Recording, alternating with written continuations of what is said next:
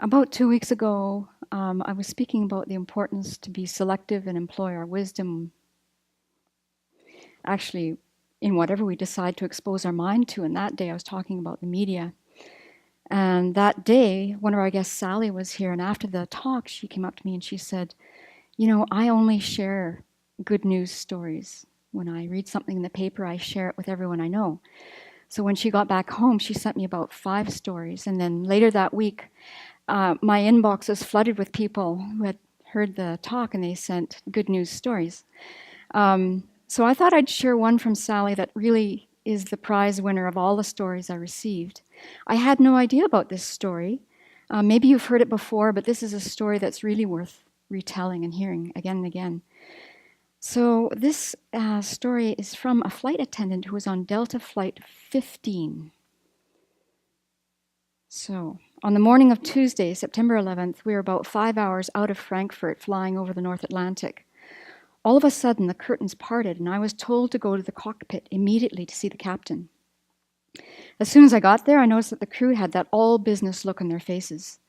The captain handed me a printed message. It was from Delta's main office in Atlanta, and simply read, "All airways over the continental United States are closed to commercial air traffic. Land as soon as possible at the nearest airport. Advise your destination."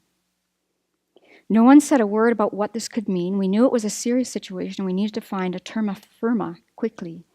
The captain determined that the nearest airport was 400 miles behind us in Gander, Newfoundland. Does everyone know where Newfoundland is? The far east coast of Canada.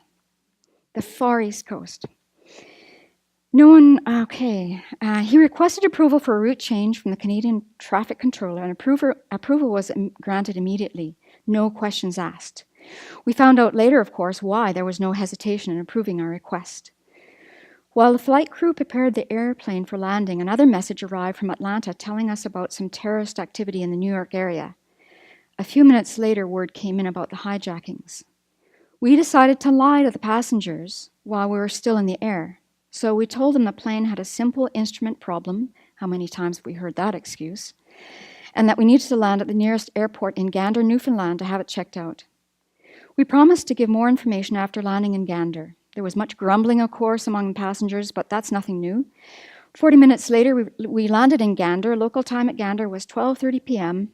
That's 11 a.m. Eastern Standard Time. I don't know why that's in the article. There were about 20 other airplanes already on the ground at Gander from all over the world that had taken this detour on their way to the US. After we parked on the ramp, the captain made the following announcement. "Ladies and gentlemen, you must be wondering if all these planes around us have the same instrument problem as we have. The reality is that we are here for another reason." And then he went on to explain the little bit that we knew at that point about the situation in the US. There were loud gasps and stares of disbelief. The captain informed passengers that ground control in Gander told us to stay put. The Canadian government was now in charge of our situation, and no one was allowed to get off the aircraft. No one on the ground was allowed to come near any of the aircraft. Only airport police would come around periodically, look us over, and go on to the next plane. In the next hour or so, more planes landed, and Gander, Newfoundland ended up with 53 airplanes from all over the world, 27 of which were US commercial jets. Meanwhile, bits of news started to come in over the aircraft radio, and for the first time we learned that the airplanes were flown into the World Trade Center in New York and into the Pentagon in DC. People were, of course, trying to use their cell phones, but were unable to connect due to a different cell system in Canada. Some did get through, but they were only able to get the Canadian operator who would tell them that the lines to the US were either blocked or jammed. Sometime in the evening, the news filtered to us that the World Trade Center buildings had collapsed and that a fourth hijacking had resulted in a crash. By now, the passengers were emotionally and physically exhausted, not to mention frightened, but everyone stayed amazingly calm. We only had to look out the window at the 52 other stranded aircraft to realize that we were not the only ones in this predicament. We had been told earlier that they would be allowing people off the planes, one plane at a time. At 6 p.m., Gander Airport told us that our turn to plane would be 11 a.m. the next morning.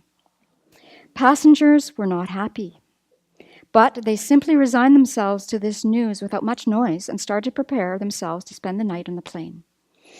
Gander had promised us medical attention if needed, water, and bathroom servicing. And they were true to their word. Fortunately, we had no medical situations to worry about. We did have a young lady who was 33 weeks into her pregnancy, and we took really good care of her.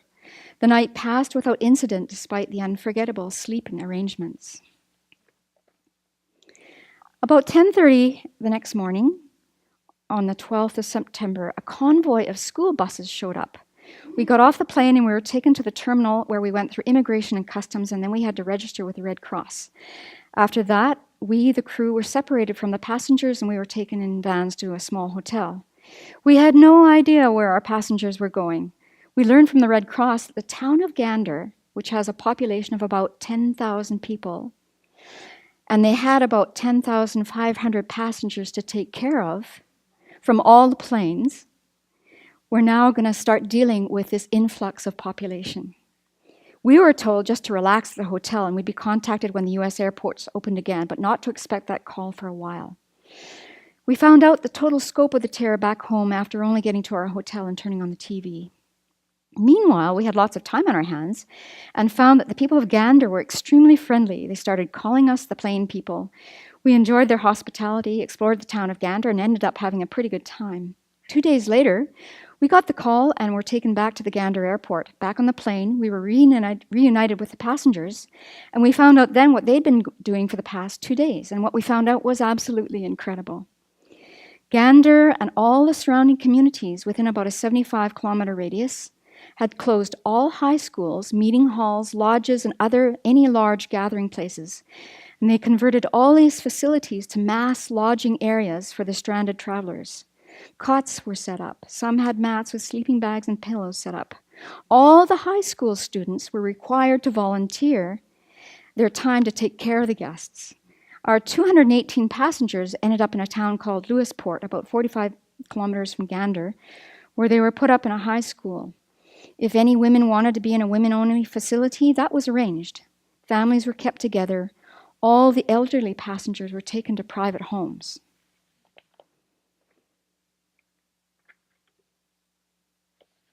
I'll read quickly since... let's see. Okay. So remember that young pregnant lady? She was put up in a private home right across the street from a 24-hour urgent care facility. There was a dentist on call, and both male and female nurses remained with the crowd for the duration. Phone calls and emails to the US and around the world were available to everyone once a day. During the day, passengers were offered excursion trips. Some people went on boat cruises of the lakes and harbors. Some went for hikes in the local forests. Local bakeries stayed open to make fresh bread for the guests. Remember, this is a town of 10,000 people.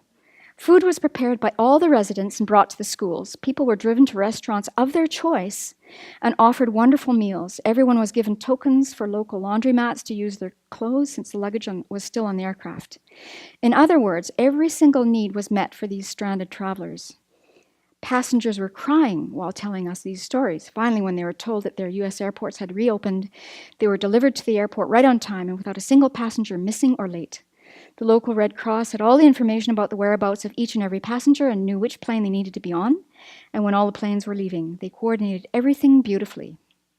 I don't think airports function this well anymore. It was absolutely incredible. When passengers came back on board, it was like they had been on a cruise. Everyone knew each other by name. They were swapping stories of their stay, impressing each other with who had the better time. Our flight back to Atlanta looked like a chartered party flight. The crew just stayed out of their way. It was mind-boggling. Passengers had totally bonded and were calling each other by their first names, exchanging phone numbers, addresses, emails, address, and then the most unusual thing happened. One of the passengers approached me and asked if he could make an announcement over the PA system. Now, of course, for security reasons, we never allow this, but this time was different. I said, of course, and I handed him the mic, and he picked up the PA and reminded everyone about what they'd just gone through in the last few days. He then reminded them of the hospitality they'd received at the hands of total strangers. He continued by saying that he'd like to do something in return for the good folks of Lewisport and everyone in Gander. He said he was going to set up a trust fund under the name of Delta 15, that's our flight number. The purpose of the trust fund is to provide college scholarships for the high school students of Lewisport. He asked for donations of any amount from his fellow travelers. When the paper with donations got back to us with the amounts, the total was for more than $14,000. A gentleman from Virginia promised to match the donations and start the administrative work on the scholarship. He also said he would forward this proposal to Delta Corporate and ask them to donate as well. So as I write this account, the trust fund is at more than 1.5 million and has assisted 134 students in college education. I just wanted to share this story, she says, the flight attendant, because we need good stories right now. It gives me a little bit of hope to know that some people in a faraway place were kind to some strangers who literally dropped in on them. It reminds me of how much good there is in the world. So it's a great story.